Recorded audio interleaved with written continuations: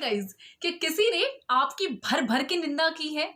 क्या लोग आकर आपको मुफ्त की सलाह देकर आपके सपनों को रौंद के चले जाते हैं? क्या कोई आपको डीमोटिवेट फील कराने का सफल प्रयास कर जाता है?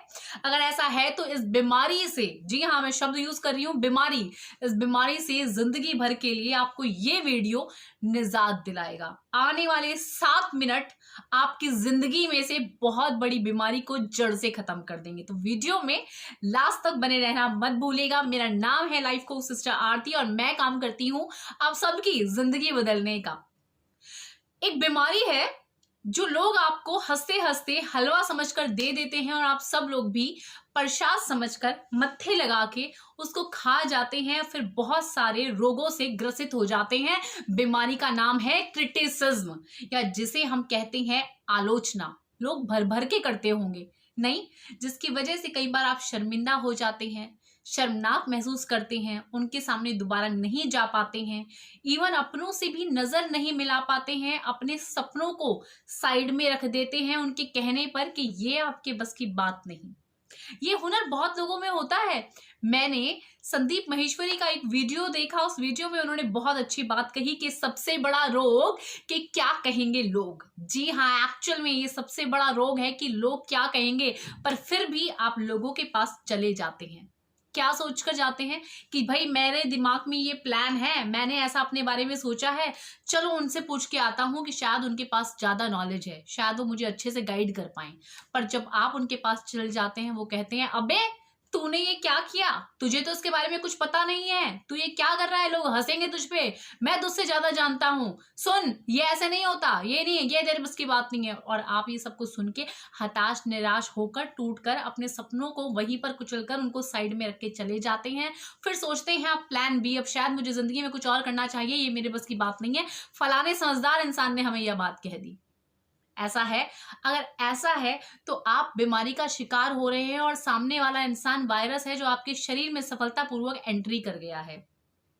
अब मैं आपको बता रही हूं कि सबसे बड़ी बीमारी है क्रिटिसिज्म, जो दुनिया में लोग तादाद में बहुत अच्छे से लोगों में फैला रहे हैं। इस बीमारी से बचने के उपाय, ये बीमारी क्या है, कैसे लोग आपको क्रिटिसाइज करते हैं, क्यों क्रिटिसाइज करते हैं, कैसे आपको उस क्रिटिसिज्म को हैंडल करना चाहिए और कैसे आपको एक्शन लेना चाहिए कि सामने वाला हमें सच में क्रिटिसाइज ही कर रहा है या हमको कोई सॉल्यूशन दे रहा है। क्योंकि कई बार समझदार लोग सॉल्यूशन तो देते हैं पर साथ में आपको डांट भी देते हैं, तो आपको समझ नहीं आता है ना। तो ऐसे में आप क्या करें और कैसे इन चीजों से बचें, कैसे इन चीजों को फेस करें, इसी बारे में आज मैं बात कर रही हूँ।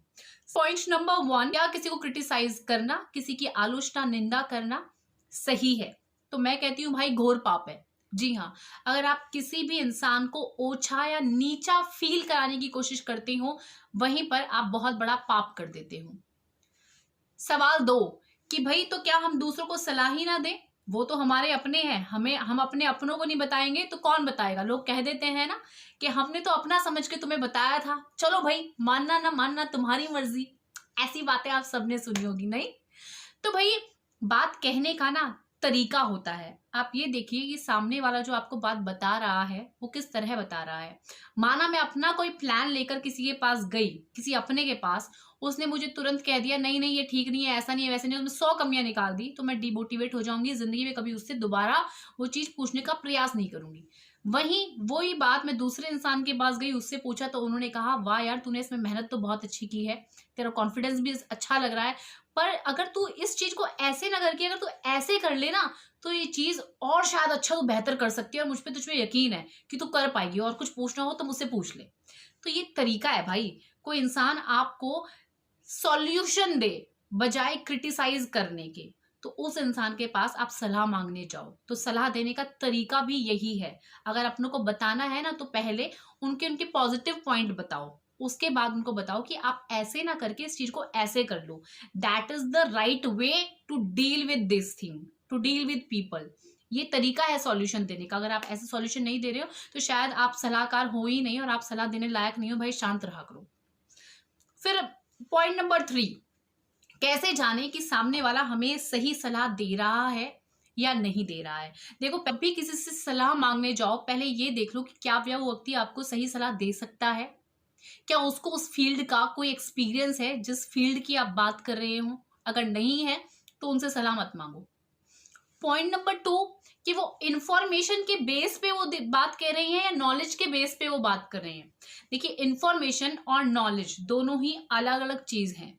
इंफॉर्मेशन वो है कि जिसको आपने किसी से सुन लिया, कहीं पढ़ लिया, 4 किताबें पढ़ ली, इंटरनेट पे पढ़ लिया। आजकल के लोग डॉक्टर्स को भी इंफॉर्मेशन के बेस पे बताते हैं कि नहीं, तू ये दवाई गलत दे रहा है। 4 पढ़ लिया, उन्हें नहीं पता कि इसके साथ क्या साइड इफेक्ट हैं, किसको कितना अमाउंट देना है, बस उन्होंने कोई चीज इंटरनेट पे पढ़ ली और सबको सलाह देंगे। तो इंफॉर्मेशन के बेस पर वो नॉलेज दे रहे हैं, तो आपको हो सकता है कि 90% वो बात गलत बोले। अगर वो नॉलेज के बेस पर, नॉलेज होती है पर्सनल एक्सपीरियंस पर, अगर उन्होंने अपनी लाइफ में वो चीजें एक्सपीरियंस की है, भले वो इन्फॉर्मेशन नहीं है उनको कि हाँ किताबों में क्या लिखा है क्या नहीं लिखा है, पर अगर उन्होंने वो चीज एक्सपीरियंस की है, नॉलेज के बेस पे वो बात बोल रहे हैं, तो वो आपको हमेशा सही सलाह देंगे। तो हमेशा। नंबर 3, उम्र। देखिए, बहुत सारे लोग बोलते हैं कि उनको ना उम्र का तकाजा है, बहुत बड़ी उम्र है, वो बहुत समझदार होंगे, उनके मतलब उनका रिगार्ड करना चाहिए, उनसे वो चीज जो वो कहे वो मानना चाहिए। भाई, अगर उम्र ज्यादा होने से इंसान की मानसिकता भी सही होती ना, तो घरों घरों में इतनी लड़ाइयां ना हो रही होती। कि भाई, उम्र से किसी की समझदारी नहीं होती। एक 30 साल का या एक 27 साल का इंसान भी आपको एक बहुत वैल्यूएबल सलाह दे सकता है, इंस्टेड ऑफ कि जो एक 70-75 साल का इंसान देगा।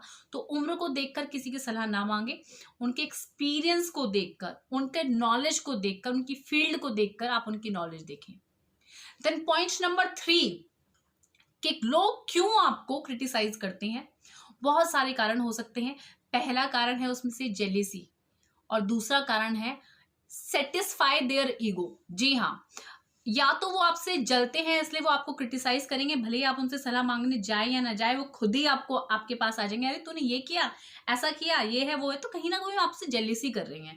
आपकी पीठ पीछे भी आपको क्रिटिसाइज करेंगे, आपके सामने भी आपको क्रिटिसाइज करेंगे, और कोशिश करेंगे कि उनका वो मैसेज आप तक इस तरह पहुंच जाए और आप डीमोटिवेट हो जाए और आप छुप के रहना शुरू कर दें। ठीक है। फिर नंबर 2, ईगो को सेटिस्फाई करने के लिए, मतलब इंसान से पछता नहीं है कि उसको आपसे ज्यादा नॉलेज है, उसको आपसे ज्यादा पता है, या आप अपनी फील्ड में ज्यादा कर रहे हैं, या आप अच्छा कर रहे हैं, तो वो अपने ईगो को सेटिस्फाई करने के लिए भी आपको तंज कसेंगे। माना। अब last but not the least and very important thing कि हाउ टू हैंडल क्रिटिसिज्म। पहला, डू नॉट ओवर रिएक्ट। जी हाँ, उन चीजों को ओवर रिएक्ट मत करो कि हमारे साथ ऐसा हो गया, वैसे हो गया। ऐसा कहा गया है कि हर परिस्थिति में समान रहो। श्री कृष्ण जी ने कहा है, अच्छा है तो भी ज्यादा कूदो मत, और बुरा है तो भी ज्यादा डूबो मत। तो ना ज्यादा कूदना है ना ज्यादा डूबना है भाई, हर परिस्थिति में तुम्हें समान रहना है। ठीक है, तो ज्यादा ओवर रिएक्ट करने की बिल्कुल भी जरूरत नहीं है। नंबर 2, अगर सलाह उनकी पसंद ना आए तो उस चीज को अवॉइड करो। ठीक है, उस बात में ज्यादा घुसो मत, बात पलट दो उस समय अगर इंटेलिजेंट हो तो। नंबर 3, खुद को ज्यादा एक्सप्रेस मत करो कि अरे नहीं मुझे पता है ऐसा है वैसे। अगर आप ऐसा करोगे तो आर्ग्यूमेंट में ही आपका सारा समय निकल जाएगा, आप टॉक्सिक हो जाओगे, आप लाउड हो जाओगे। जैसे ही आप लाउड होगे, सामने वाला भी आपके ऊपर हावी होने की कोशिश करेगा, तो उस समय कुछ नहीं बोलना है। Number 4, wait for the result. आपने जो किया है ना, जस्ट उस रिजल्ट का वेट करो। ये मत बोलो अरे मैं तुझे दिखा दूंगा, मैं तुझे बता दूंगा, मैं तुझे करके बताऊंगा, मेरे अलावा कोई नहीं कर सकता है। मत बोलो उस समय। हमारे यहाँ एक कहावत है, थोता चना बाजे घना। तो ज्यादा बजने की जरूरत नहीं है, काम करके दिखाओ विद प्रूफ। तो उस चीज को आप एक्शन में लेके आओ। And last but not the least, please अपने इमोशंस को कंट्रोल करना सीखो। भले ही वो एंगर है, भले ही वो हैप्पीनेस है, थोड़ी सी लाइफ में स्टेबिलिटी लानी जरूरी है।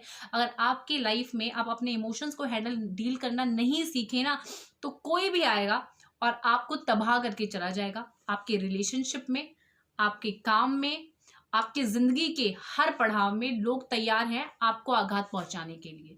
तो प्लीज अपने इमोशंस को कंट्रोल करना सीखो, अपनी वीकनेसेस पर हमेशा काम करो। तो ये कुछ इंपॉर्टेंट टिप थी क्रिटिसिज्म के बारे में। वीडियो पसंद आया तो लाइक करना, शेयर करना, व्हाट्सएप स्टेटस पर डालना, और आपकी कमेंट मेरे लिए बहुत वैल्यूएबल है। तो भले ही मुझे क्रिटिसाइज करना, पर कमेंट जरूर करना।